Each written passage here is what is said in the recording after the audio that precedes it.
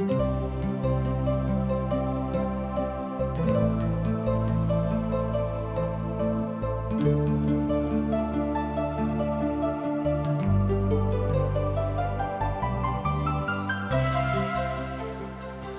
सब TWR द्वारा प्रस्तुत कार्यक्रम आशक इजोत देख रहल छी।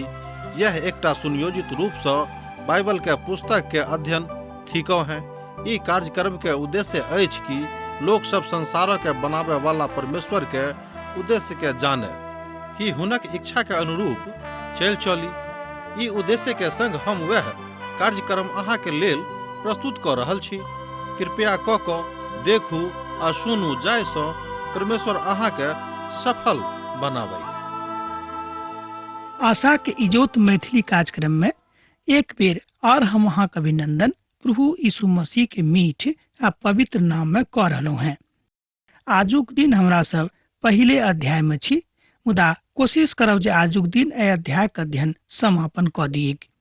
साधु पौल एठाम कलीसिया के किछ समस्या के ऊपर अपन ध्यान ल जा रहल छथि, जे समस्या ओहिठाम कुरिन्थक कलीसिया में छलै के। ओ सब मात्र एकटा वरदानक लऽ कऽ अपना लग राखने रहत आ आत्मिक वरदानक पाछू अपन ध्यान देबाक आवश्यकता नहि बुझैत रहथिन। मुदा साधु पौलक इच्छा रहनि कि कलीसिया में जतेक लोग छथि सभक लग कोनो ने कोनो प्रकारक वरदान रहनि, जाहिसँ संपूर्ण कलीसिया आत्मिक वरदान सँ भरल रहै।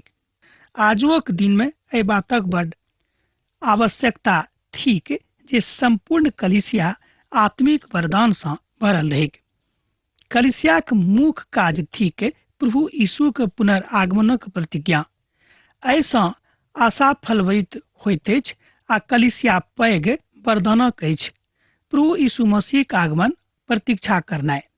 ई दोसर मुख्य काज भेल कलीसिया के, कि प्रभु यीशु मसीह के आगमनक लेल प्रतीक्षा करनाइ। ध्यान देव, मसीह के गवाही अहाँ में पक्का निकलल एतऽ धरि जे अहाँ के कोनो तरहक वरदान में कमी नहि भेल। अहाँ हमर प्रभु यीशु मसीह के प्रकट होयबाक बाट जोहैत रहैत छी। पहिल कुरिन्थियों पोथी तकर 1 अध्याय तकर 6 आ 7 पद में एहि बातक बखान कयल गेल अछि। किएक तऽ साधु पौल एहिठाम बता रहल छथि कि प्रभु यीशु मसीह के कलीसिया के जतेक बातक के आवश्यकता थिक, ओहि सबटा बातक हम अहाँ सभक मध्य में देखैत छी। तहन हम बाजि सकैत छी कि प्रथम शताब्दी के ई कलीसिया प्रभु के महिमा में भरपूरित रहेक, अर्थात भरल पूरल रहेक। यीशु के साथ हुनक संगति बड़ मजबूत रहन, सेहो हम बाजि सकलहुं हैं। आ देखियो ई काज कतऽ भेलै? कुरिन्थ नगर में, जतऽ ओ नगर पाप सँ भरल रहै। जेना कि हमरा लोकनि सोच गप में जानै छी कि दुनिया में एहन कोनो तरह के पाप नहीं छलेक जे पाप कुरिन्थ नगर में नहीं होइत रहेक। ओही नगरी में प्रभु यीशु मसीह के सुसमाचार अतेक सुदृढ़ भऽ गेलै आ प्रभु यीशु मसीह कलीसिया ओतऽ फलीभूत भऽ गेलै के ओ अहाँ के अंत धरि दृढ़ सेहो करताह, जाहिसँ अहाँ हमर प्रभु यीशु के दिन में निर्दोष ठहरू। एहि बातक अहाँ पहिल कुरिन्थियों पोथी तकर 1 अध्याय आ तकर 8 पद में देख सकैत छी। अहाँ प्रभु यीशु मसीह के काल में निर्दोष ठहरब कारण अछि प्रभु के संगति में अहाँ के जिंदगी आर तकर प्रतिस्पर्धा के काजक प्रति पालन। अहाँ के और देखबाक यह बात थी कि अहाँ के विषय में लोग की सोचैत होइत से अहाँ परवाह नहीं कैलहुं हैं, मुदा अहाँ एहि बातक ऊपर बेसी ध्यान देलहुं बा परवाह कैलहुं हैं कि प्रभु यीशु मसीह अहाँ के विषय में की सोचैत अछि। वाह, कतेक नीक बातक एठाम साधु पौल बता रहल छथिन। अब हमरा सब साधु पौलक अंतिम परिचयात्मक तथ्यक लग आबि गेल छी आ तकरा ऊपर सेहो उत्तर की देने छै तकरा ऊपर हमरा लोकनि ध्यान देब। जँ अहाँ प्रभु यीशु मसीह के हृदय से धन्यवाद दऽ रहलहुं हैं, तहने अहाँ एहि बातक खूब नीक रीति से बुझि सकैत छी, आ नहि तऽ अहाँ एहि बातक कोनो कल्पनाक बातक बुझि के बा कोनो खिस्सा कहानी बुझि के अनेरे बिसरा देबै। आ समस्त समस्या के समाधान प्रभु यीशु मसीह में छनि। एहि बातक साधु पौल कुरिन्थक कलीसिया के समझा रहल छथि। आ तहन समस्त समाधानक दिस जँ अहाँ ताकि रहल छी तऽ प्रभु यीशु मसीह के दिस ताकू, अहाँक समस्या के समाधान भऽ जायत।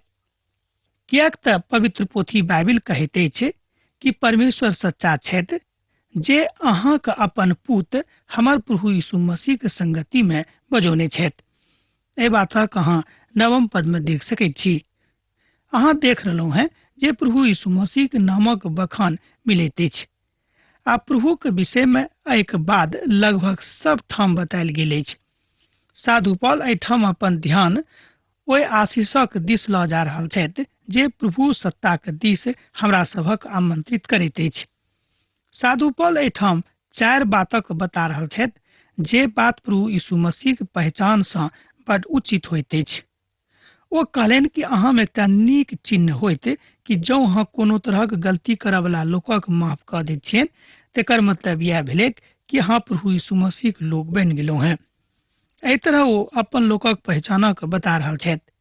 परमेश्वर विश्वास योग्य छथि आ हमरा सब हुनक पुतक संगति में बजावल गेलहुँ हैं। ई छल पहिल अभिव्यक्ति। एहि बातक और अहाँ ध्यान दियौ एक बेर, परमेश्वर विश्वास योग्य छथि आ हमरा सब हुनक पुतक संगति में बजावल गेलहुँ हैं। ई छल हुनक पहिल अभिव्यक्ति। परमेश्वर विश्वास योग्य छथि, यह बात हमरा सभक आजुक दिन मानबाक अछि आ सिखबाक अछि। आ दोसर जे अभिव्यक्ति एहिठाम अछि तकरा अहाँ एहि तरह बुझि सकैत छी, सर्वदा विश्वास योग्य नहीं रहैत अछि। एतऽ धरि जे विश्वासी सब सेहो सर्वदा विश्वास योग्य नहीं रहैत छथि, मुदा परमेश्वर सर्वदा विश्वास योग्य छथि। ई अछि प्रभु यीशु मसीह के व्यक्तित्वक एकटा पहचान। आ हुनके में हमरा सब बजावल गेलहुँ हैं। आ परमेश्वरक महान बुलाहट जे हमरा सभक लेल भेल अछि तकरा अनेरे हमरा लोकनि नहि बुझिए, किएक कि परमेश्वरक महान बुलाहट अहाँक जिंदगी में भेल अछि। मुदा किछु कालक बाद लोक अपन बुलाहटक बिसरा दैत छथिन आ अनेरे एम्हर उम्हर तकनाइ आरंभ कऽ दैत छथिन। ई छल दोसर महान वक्तव्य जे साधु पौल अपन बातक ऊपर एहिठाम बता रहल छथि। आ जे शब्द एहिठाम सबसँ बेसी महत्वक अछि ओ थिक संगति, अर्थात प्रभुक संगे अहाँक संगति कतेक महत्वपूर्ण अछि, अखन धरि अहाँ कतेक गहीर हुनक मिताई में बढ़लहुँ हैं, एहि बातक एहिठाम देखनाइ बड़ जरूरी अछि। आ एहि शब्दक अर्थात संगति शब्दक ग्रीक भाषा में कियोनिया कहल जाइत अछि। अर्थात एहि शब्दक अर्थ होइत अछि जे साधु पौल बेर बेर कहैत छथि कि हमरा लोकनि बेर बेर प्रभुक संगति में छी कि नहि। ध्यान देबै कि साधु पौल एहिठाम कहैत छथि कि हमरा लोकनि बेर बेर प्रभुक संगति में आयल छी कि नहि। एहि शब्दक अलग अलग अर्थ भऽ सकैत अछि। एहि शब्दक अर्थ संगति भऽ सकैत अछि जेना हमरा सब बुझैत छी, मुदा एहि शब्दक वास्तविक अर्थ वा शाब्दिक अर्थ यह भेलै जे सहभागिता प्रभु यीशु मसीह के संगे सेहो भऽ सकैत अछि। आ रोमियो के पत्री तकर 15 अध्याय आ तकर 26 पद में एहि बातक सेहो बतावल गेल छै। अब अहाँ गरीब छी बा निसंतान छी बा कमजोर छी, अहाँक लग कोनो तरहक नौकरी चाकरी नहीं अछि, अहाँ निश्चिंत भऽ जाउ, किएक तऽ प्रभु यीशु मसीह अहाँक मीत भऽ गेल छथि आ हुनके ओहिठाम अहाँ सबटा समस्या के बता दियौ, किएक तो अहाँक नीक दोस्तक रूप में अहाँक सन्मुख में आबि गेल छथि। आ जे सब यरूशलेम में छलाह ओ सब कमजोर भऽ गेल रहथि। पहिल कुरिन्थियो पोथी तकर 10 अध्याय आ तकर 16 पद में अहाँ एहि बातक देखैत छी। एहिठाम सेहो एहि बातक जे शब्दक हमरा लोकनि ग्रीक भाषा में देखलहुँ हैं, कियोनोमिया शब्दक प्रयोग प्रभु भोजनक लेल सेहो कयल गेल अछि। अर्थात एहिठाम प्रभु भोजक जे रीतिक बतायल गेल अछि ओहिठाम बतावल गेल अछि कि प्रभुक संग में अहाँक संगति, अर्थात प्रभुक संग में अहाँक संगति गहीर कोना के होइत, एहि बातक दिस अहाँ विशेष कऽ कऽ ध्यान दियौ। साधु पौल अपन पत्री में ठाम कुरिन्थक विश्वासी के बता रहल छथि कि रोटी तोड़नाइ कोनो अनर्गल बा अनेरे के कथा नहीं थिक। अहाँ खूब ध्यान दियौ कि प्रभु भोज में जो अहाँ रोटी तोड़बाक लेल एकत्रित भेलहुँ हैं, सम्मिलित भेलहुँ हैं, तऽ अपन हृदय के पहिनहिए से सम्हारि कऽ राखियौ आ पवित्र कऽ कऽ राखियौ कि एहि शब्दक सही उपयोग अहाँ कऽ रहल छी कि नहीं, अर्थात पवित्रता के साथ प्रभुक संगे सहभागिता। एहि शब्दक के तेसर अर्थ यह भेल। तहन अहाँ बुझि सकैत छी कि प्रभु यीशु मसीह के बुझबाक लेल हुनक पोथी के अध्ययन कतेक जरूरी भऽ जाइत अछि। एहि रीति से बहुत लोग कहैत छथि कि हमरा एहिठाम तऽ बाइबिल अछि, हम अपन घर में बाइबिल राखैत छी, हमर मित्रवर खाली रखला से नहीं होइत, तकरा अहाँ अध्ययन करबे तहने अहाँ प्रभुक संगति के बुझि सकलू हैं। खाली कोनो वस्तु के घर में ला जाकर राख दिला से कोनो बात सन्मुख में नहीं आयत। प्रभु परमेश्वरक एकलौता पुत्र यीशु मसीह छथि, एहि बातक ज्ञान सेहो अहाँके एहि पोथीक पढ़ला से होइत। तहन हमरा लोकनि आबि गेल छी कि प्रभु यीशु मसीह अहाँ से प्रेम करैत छथि। ओ कार्यशील उद्धारकर्ता छथि। ओ कहियो सुतऽ वाला नहीं छथि। ओ सद घड़ी जागल रहऽ वाला परमेश्वर छथि। ओ अहाँके अंतरंग मित्र, अहाँके अंतरंग भाई, अहाँके अंतरंग संगतिया छथि। बहुत तरह के होइत तकलीफ अहाँके लग में हम मानैत छी, मुदा सब तरह के तकलीफक अहाँ अपन अंतरंग मित्र जे प्रभु यीशु मसीह अहाँके भऽ गेल छथि हुनका अहाँ एहि बातक बता सकैत छी। शादी विवाह, घरक समस्या, तरह तरह के बात जे अहाँके जिंदगी में अछि, ओहि सबटा बातक अहाँ प्रभु यीशु मसीह संगति में राखि सकैत छी आ हुनका बता सकलू हैं। हमरा नहीं बताऊ कोनो जरूरत नहीं अछि, कियाक तऽ हम मनुख छी, हम की करब अहाँके संगे। हाँ, ई बात जरूर अहाँके सलाह देव कि प्रभुक संगति में जाऊं आ प्रभु यीशु मसीह अहाँके समस्याक समाधान कऽ सकैत छथि। तकरा बाद हमरा लोकनि देखैत छी कि बंटवारा ओतऽ भऽ जाइत अछि जे दलगत आत्माक रूप में ओहिठाम प्रविष्ट होइत अछि। पद 10 एकटा नव अध्याय के खोलैत अछि जे ओ एहि बातक कुरिन्थक विश्वासी कहैत छथि। ओ विश्वासी के कलीसिया में ई सब समस्या आबि गेल रहनि। तकरा बाद ओ स्वयं में कथा कऽ रहल छथि आ यह समस्या कुरिन्थक विश्वासी के रहै। आ ई बातक जानि कऽ बड़ आश्चर्य हमरा सेहो भेल अछि जे हुनका सभक समस्या लगभग एके समान रहनि। आ हमरा विचार में आजुक कलीसिया में एही तरहक समस्या सेहो सब ठाम ठीक। लोकक विचार अलग अलग छनि। एके कलीसियाक सब केओ सदस्य छथि, मुदा हुनक विचार अलग अलग छनि। हे भाई सब, हम अहाँ से यीशु मसीह में जे हमर प्रभु छथि हुनक नामक द्वारा विनती करैत छी, अहाँ सब एके कथा के कहूँ और अहाँ सब फूटने हुए के एके मन बा एके मत भऽ कऽ अहाँ सब मिलल रहूं। एहि बातक एहिठाम प्रार्थना कर रहल छथि साधु पौल। साधु पौल एहिठाम अपन विनीत भाव से कुरिन्थक के कलीसिया के बातक बता रहल छथि कि हमर भाई बहिन, अहाँ सभक बीच में फूटने पड़े आ अहाँ एके मन भऽ कऽ अपन प्रभु के संगति में बनल रहूं। ध्यान दियौ, प्रभु यीशु मसीह के नाम एक बेर और एके बेर लेला से अहाँ हुनका लग में आबि सकलू हैं जँ अहाँ हुनका हृदय से सोर पारने छी। अहाँ के बीच में विभाजन नहीं हुए आ नहीं अहाँ अपन प्रभु के जानैत छोड़ दियौ कि अहाँ हुनका नहीं जानैत छी। एहि तरहक जँ अंतरंग विभाजन अहाँ के मध्य में आबि गेल अछि तऽ हमर प्रार्थना अछि तकरा अहाँ छोड़ दियौ। एहिठाम अहाँ बाजि सकैत छी कि साधु पौल कुरिन्थक विश्वासी से प्रार्थना कर रहल छथि। विनीत भाव में हुनका से बाजि रहल छथि कि अहाँ सब परमेश्वरक नहीं त्यागियौ, कियाक तऽ ई बात बड़ अनर्गल आ बहुत खराब भऽ जायत।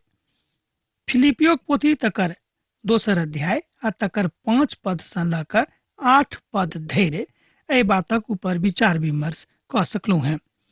कियाक तऽ यह थिक प्रभु यीशु मसीह के विचार आ हुनक विचारोक्ति के अभिभंजना। जँ अहाँ के जिंदगी के साथी प्रभु यीशु मसीह बनि गेल छथि, तब अहाँ विश्वास करियो कि ओ कहियो अहाँ के जिंदगी के अनेरे नहीं छोड़थिन, कियाक तो अहाँ से प्रेम करैत छथि। जीवनक साथी प्रभु यीशु मसीह छकाहा, अर्थात प्रभु यीशु मसीह अहाँ के जिंदगी के साथी बनि गेल छथि। ओ अहाँ के जिंदगी के साथी थिकाहा, तहन कियाक अहाँ हुनका बिसरा देलू हैं। एक तरह से एहिठाम साधु पौल दुखित भऽ कऽ हुनका सभक बाजि रहल छथि कि अहाँ एहि तरहक कोनो काज नहीं करबे। कियाक तऽ हे हमर भाई सब, एहिठाम खोल कऽ घराना के लोग सब हमरा बतौने छथि जे अहाँ के बीच में झगड़ा भऽ रहल अछि। एहिठाम हमरा लोकनि देखैत छी कि हुनका एहि बातक समाद भेटैत छनि कि हुनका सभक बीच में झगड़ा भऽ रहल छनि। ई सुनि कऽ हमरा बड़ तकलीफ भेल अछि। एहिठाम जे शब्द आयल अछि ओ ग्रीक शब्दक से लेबल गेल अछि। तकर अर्थ होइत अछि आपस में झगड़ा भेनाइ। अर्थात जतेक लोकक जन्म पुनः प्रभु यीशु मसीह के साथ भऽ गेल रहनि, ओहि जन्मक प्रक्रिया में बहुत दिन अखन धरि मजबूत नहीं भेल छथि आ हुनका बीच में जे झगड़ा रहनि तकरा ऊपर हुनका लोकनि अखन तक कायमे छथि। हमरा सभक बीच में मनुख होयबाक कारणे विचारांतरण भ सकैत अछि। एकर अर्थ ई नहि भेल कि हमरा सब एक दोसर गोटेक संगे सदा कालक लेल झगड़ा करैत रही। यह बातक एहिठाम साधु पॉल समझावे के विचार क रहल छथि। हमर प्रभु यीशु मसीह एहिठाम अपन महिमा में अहूँ के एहि बातक सिखा रहल छथि कि हमरा सब कियाक आपस में झगड़ा करैत रहब। ओ एहि बातक विषय में हमरा सभक खोल के घराना के लोग बतौने छथि। कुरिन्थक कलीसिया में लोग भरल रहैक, मुदा एक बातो ओ अपरिपक्व छलाह, बा एना कहियो हुनका सभक विश्वास अखन धरि खूब बेसी मजबूत नहीं भेल रहनि। कियाक त अहाँ धिया पुताक व्यवहारक विषय में जानैत छी, ओ सब ततेक शरारती होइत छथि, हिनका सभक विश्वास अखन धरि धिये पुताक जकाँ रहनि। साधु पॉल हमरा सभक बता रहल छथि कि अब अहाँ मसीह में बहुत दिन से छी, अब अहाँक व्यवहार धिया पुताक जकाँ नहीं हुए, अर्थात अहाँक विश्वास धिया पुताक जकाँ नहीं रहे। अब अहाँ मसीह में दृढ़ भ जाऊं और आगां बढ़ जाऊं। आ सब दिन मसीह एठाम बनलासँ की फायदा होइते? जँ अहाँ बड नीक छी त बड नीक बात अछि, मुदा अहाँ प्रभुक नजरी में नीक छी कि नहि, एहि बातक परिदृश्य अहाँ कोना बुझबेक? एहि बातक अहाँ तहने बुझि सकलहुँ हैं जँ अहाँ प्रभु यीशु मसीह के नेह जे हुनक अपन नेह अहाँक लेल अछि तकरा अहाँ प्राप्त क चुकल छी। बहुत कलीसिया में एहि तरहक समस्या एखनो हमरा लोकनि देखैत छी कि लोक एक दोसर गोटेक विचारक ऊपर टीका टिप्पणी करैत रहैत छथि। हमर बाजे के अर्थ यह अछि जे अहाँ में से बहुत कियो अपना आप के पौलुसक और बहुत कियो अपौलुसक, केओ कैफा के और केओ मसीह के कहैत छी। एहि बातक पहिल कुरिन्थियों पोथी तकर 1 अध्याय आ तकर 12 पद में एहिठाम बतायल गेल अछि। कलीसिया में विभाजनक कारण छल। कलीसियाक अगुआ सब ओ सब सेहो अपन अपन काजक नीक रीति सँ नहि करैत छलखिन। एहि कारणे कलीसिया में विभाजन सेहो आबि गेल रहै। एकटा मुख्य कारण विभाजनक सेहो हमरा लोकनि एहिठाम देखै छी। जो हमरो सभक कलीसिया में एहि तरहक विभाजन थिक त हमरा सभक मतांतरणक दूर करबाक अछि आ विभाजनक जे गाछ हमरा सभक बीच में ठाढ़ भेल अछि तकरा काटि क खसेबाक अछि। यह बात साधु पॉल एहिठाम बाजि रहल छथिन। हमरा सब पौलुसक विषय में बहुत किछु जानैत छी। ओ बड बुद्धिजीवी वर्गक लोग छलाह, बड तीक्ष्ण बुद्धि के मालिक सेहो रहैत आ बड उत्साहित रह वाला सेहो मनुष्य छलाह। मुदा देही सँ नहि, मुदा अपन आत्मा सँ सेहो प्रभु के आकर्षित करबाक कोशिश में सैद घड़ी रहैत छलखिन। एहिठाम साधु पॉल देही के सेहो महत्व दैत छथि, कियाक त हमरा लोकनि जे देही के लऽ कऽ घुरैत फिरैत छी, यह देही के लऽ कऽ हमरा लोकनि प्रभुक सेवा कऽ सकलहुँ हैं। जो हमरा सब अपन देही के पवित्र नहीं राखब, फुर्तीबाज नहीं बनायब, त हमरा लोकनि कोना के काज कऽ सकलहुँ हैं। जो हमरा सब प्रभु यीशु मसीह के बातक उत्साहित भ क प्रचारित करैत छी, तहन हमरा सभक अंदर में जतेक बातक कमजोरी थिक, कालांतर में सबटा खत्म भ जायत। सुसमाचारक शक्ति जहन अहाँक जिंदगी में अंकुरित होइत, तहन अहूँ मजबूत भ क लोकक सन्मुख में ठाढ़ भ जेबेक। एहि बातक एहिठाम साधु पॉल बता रहल छथि कि अहाँ बड भावुक सेहो नहीं बनू, कियाक त पौलुस एहिठाम बता रहल छथि कि प्रचारक के काज यह थिक कि अहाँ प्रेरितक जकाँ अपना जिंदगी में संयम बनौने राखू, जाहिसँ एहन कोनो काज अहाँक जिंदगी सँ नहीं हुए जाहिसँ प्रभु अहाँ सँ प्रसन्न नहीं रहे, मुदा अप्रसन्न भ जाए। तैं हुनका विषय में बेसी बहुत किछु एहिठाम कहल गेल छनि। मुदा ओ बड महान प्रवचनकर्ता सेहो छलाह। हम त कहब जे ओ अपना युगक के आजुक युगक जतेक पैघ प्रचारक छथि, हुनका सँ एको स्तर में कम नहीं छलखिन। आ एहि तीनों लोकक महान व्यक्तित्वक प्रभु हमरा सभक मध्य में देने छथिन। एहिठाम कलीसिया में विभाजनक कारण यह छल कि कलीसियाक अगुआ जतेक नीक रीति सँ हुनका सभक अगुवाई देबाक आवश्यकता रहनि, ओ सब ओतेक नीक रीति सँ अगुवाई नहीं दैत रहथिन। ओ तीनों प्रभुक विश्वासक लेल काज करैत रहैत वा काज करैत गेलाह। ओ तीनों प्रभु यीशुक नामक सर्वदा विचारित करैत छलखिन आ हुनका सभक बताबैत छलखिन कि हमरा सब कियो प्रभु यीशु मसीह के कहूँ हैं, तैं अहूँ प्रभु यीशु मसीह के भेलौं, तै कोनो तरह विभाजन अहाँके अंदर में नहीं आबेक। क्यों ई नहीं बाजे जे हम पौलुसक थिकौं, बा क्यों ई नहीं कहे कि हम अपौलुसक थिकौं। हमरा सब क्यों प्रभु यीशु मसीह थिक, बा जतेक लोग हमरा सब एठाम छी, जे सब प्रभु यीशु मसीह के अपन अपन व्यक्तिगत उद्धार कर्ता के रूप में ग्रहण केने छथि, ओ प्रभु यीशु मसीह थिकाहा, तहन एठाम विभाजनक कथा कतऽ से उभरि के आबैत अछि। सब क्यों यीशु के थिकौं हैं, क्यों पौलुसक ने आ नहीं क्यों अपौलुसक थिकौं हैं। एहि तरहक विभाजनक बाद, एहि तरहक मनक बात अहाँ सभक अंदर में कतऽ से आबि गेल, कियाक तऽ झगड़ा के यह एकटा कारण रहै। एही कारणे कलीसिया झुंड में बैठ गेल रहे, अर्थात कलीसिया के अंदर में छोट छोट झुंड भ गेल रहे। हम अहाँ से कहब कि क्यों ई नहीं बाजै जे हम पौलुसक थिकौं हैं, कियाक तऽ ई बड़ आत्मिक अर्थ नहीं राखैत अछि। एहिठाम हमरा सब एक मन से कहब कि हमरा सब क्यों प्रभु यीशु मसीह थिकौं हैं, आ पौलुस प्रभु यीशु मसीह के एकटा प्रेरित छथि, अर्थात प्रेरित छलाहा। एही कारणे ओ जीवनक बाटक लऽ कऽ हमरा सभक सन्मुख में एलखिन कि प्रभु यीशु मसीह जिंदगी के बाट थिकाहा, आ हमरा सब ओहि दऽ कऽ चलि कऽ प्रभु के राज में प्रवेश पाबि सकैत छी। यह एकटा काज ओ कयलनि, कियाक तो प्रभु यीशु मसीह के दिस सँ हुनक प्रेरितक रूप में नियुक्त कयल गेल छलाहा। आ एकटा आर दोसर झुंडक लोक ओहिठाम छथि, जिनका विषय हमरा लोकनि देखैत छी कि ओ सब स्वयं के अपौलुसक बताबैत छथि। हमरो सभा के बीच में एहि तरहक बात आबैत अछि, तकरा अहाँ गुटबाजी बाजि सकलहुँ हैं। सोझ गप में एहि तरहक गुटबाजी जहन कलीसिया में आबि जाइत अछि, तहने कलीसिया में फूट पड़ैत अछि। सुसमाचार एठाम बता रहल अछि कि प्रभु यीशु मसीह एक छथि, तहन हमरा सभक झुंड में बंटबाक कोनो आवश्यकता नहीं थिक, कियाक तऽ कलीसिया प्रभु यीशु मसीह छनि, आ पवित्रता कलीसिया के मुख्य आधार बिंदु थिक।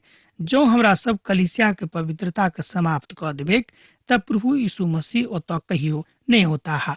भऽ सकै कि कलीसिया खूब अमीर होइत, बहुत पाइ कौड़ी होइत, मुदा ओतऽ सुसमाचार सुनाबै वाला सेहो होइत। मुदा एहिके बादो जँ ओतऽ प्रभु यीशु मसीह नहीं छथि, तऽ कलीसिया के आधार की भेल। ई एकटा बात हमरा सभक सोचबाक अछि। यह बात साधु पौल एठाम सिखा रहल छथिन। वह थिक, आ एही में कोनो तरहक उत्तर हुनका नहीं भेटलनि। अब तऽ अहाँके विश्वास भऽ गेल होइत जे अहाँके हम की बाजि रहल छी कि कलीसिया के विभाजनक हमरा लोकनि कोना देखबेक। केओ कलीसिया के विभाजन से जँ खुशी होइत छथि, तऽ हम यह कहबनि कि प्रभु यीशु मसीह के लोग नहीं थिकाहा। बहुत कलीसिया के नाश भेला के यह कारण होइत अछि कि ओतऽ एहि तरहक विभाजन पकड़ि लैत अछि, आ कालांतर में कलीसिया के आधारे डगमगा जाइत अछि, आ कलीसिया खत्म भऽ जाइत अछि। ई हमरा सभक कारण भेल। हमरा लोकनि एहि में प्रभु यीशु मसीह के बीच में नहीं आनि सकलहुँ हैं, बा हुनका छोड़ि कऽ आर दोसर केओ एहि काजक नहीं कऽ सकैत छथि कि हमरा सभक बीच में झगड़ा समाप्त हुए। ई कोना खायत जहन हमरा सब मिल कऽ प्रभु यीशु मसीह से प्रार्थना करबेक, तहने हमरा लोकनि किछु कऽ सकलहुँ हैं। जँ हमरा सब आपसे में विभाजित रहब, तऽ ई काज हमरा लोकनि कोना कऽ सकैत छी। कुरिन्थक कलीसिया के एहि समस्या के साधु पौल अपन हाथ में लऽ कऽ आ तकर विवरण लिख रहल छथि, जाहिसँ हुनका सभक हौसला बढ़नि आ ओ प्रभु में बनल रहैत। की मसीह बाँटल गेलाहा? एहि बातक ओहिठाम कहै छथि कि मसीह बैठ गेलाहा, कि पौलुस अहाँक लेल क्रूसक ऊपर चढ़ल छलाहा, आ अहाँ पौलुसक नाम पर की बपतिस्मा लेने छलहुँ हैं। एहि बातक एहिठाम साधु पौल कुरिन्थक कलीसिया के पूछैत छथि। एहि बातक अहाँ 13 पद में देखैत छी। ओ कहै छथि कि की मसीह बैठ गेलाहा, कि पौलुस अहाँक लेल क्रूसक ऊपर चढ़ल गेलाहा, कि अहाँक पौलुसक नाम से अहाँ बपतिस्मा लेलहुँ हैं। उत्तर बड़ स्पष्ट अछि, मसीह बटल नहीं छथि, आ नहीं केओ एहि संसार में पौलुसक नाम से बपतिस्मा लैत छथिन। अर्थात केओ एहि संसार में पौलुसक नाम से प्रभु यीशु मसीह के ग्रहण नहीं करैत छथि। तहन कियाक अहाँ सब बटल छी, आ कियाक अहाँ सब ई बाजैत छी कि हम पौलुसक थिकौं हैं, आ केओ कहैत अछि जे हम अपौलुसक थिकौं हैं। प्रभु यीशु मसीह के सूली के ऊपर चढ़नाइ मनुष्य जाति के महान कल्याणकारी योजना में से एक योजना थिक। उद्धारक जँ अहाँ देख रहल छी तऽ हम कहब अहाँसँ कि परमेश्वरक धन्यवाद दियौन जे ओ अहाँसँ एतेक प्रेम राखैत छथि। अहाँमे सँ जे केओ बपतिस्मा नेने छी ओ प्रभु यीशु मसीहक नामसँ बपतिस्मा नेने छी, तहन प्रभु यीशु मसीहक आदर करियौक, जाहिसँ हुनक बपतिस्मा अहाँक जिन्दगीमे पूर्ण हुएक। एहन नहि भऽ जायक जे केओ एहि बातक सुनि कऽ एम्हर ओम्हर भऽ जायक आ प्रभु यीशु मसीहके छोड़ि देक। हमरा सभक जरूरत अछि ईश्वरीय ज्ञानक सीखनाइ, ई नहि कि कोनो अनर्गल बातक लऽ कऽ आपसमे झगड़ा झंझट करनाइ। एहिठाम साधु पौल कहैत छथि कि बपतिस्मा देनाइ कोनो बड़का बात नहि थिक, सबसँ पैघ कथा यह थिक कि लोग प्रभु यीशु मसीहके मानैक आ अपना जिंदगीमे हुनका अपन उद्धार कर्ताक रूपमे ग्रहण करैक। यह हुनक राजक लेल सबसँ पैघ प्रचार भेल। आब आजुक दिन हमरा एहिठाम अध्ययन समाप्त करबाक आज्ञा दिअ, किएक तऽ अहाँसँ विदा होइके बेरा भऽ रहल अछि। हमरा विदा दिअ। पाती लिखैत रहब, जेना लिखैत रहैत छी, बिसरायब नहि। यीशुक नेह अहाँक जिंदगीमे सैद घड़ी बनल रहेक। आमीन। हमरा विश्वास अछि कि ई कार्यक्रम अहाँके लेल लाभदायक सिद्ध भेल अछि। हम चाहै छी कि अहाँ अपन आशीषके हमरा संग साझा करू। जँ अहाँके नजीक बाइबलसँ जीवनसँ संबंधित कोनो प्रकारके प्रश्न भऽ सकै अछि तऽ अपन समस्याके लेल प्रार्थना करबाके लेल जँ चाहै छी तऽ हमरा फोन पर जरूर संपर्क कऽ सकै छी। परमेश्वर अहाँ सबके एकटा सुखद आनंदित दिन प्रदान करैक।